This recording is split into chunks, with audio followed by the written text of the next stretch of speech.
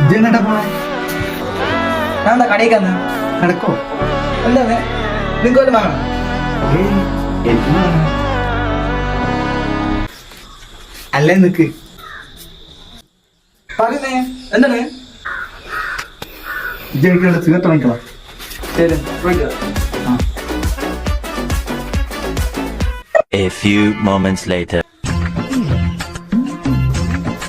ഇതൊന്നെ എന്താണ്? സിഗരറ്റ് തന്നില്ല.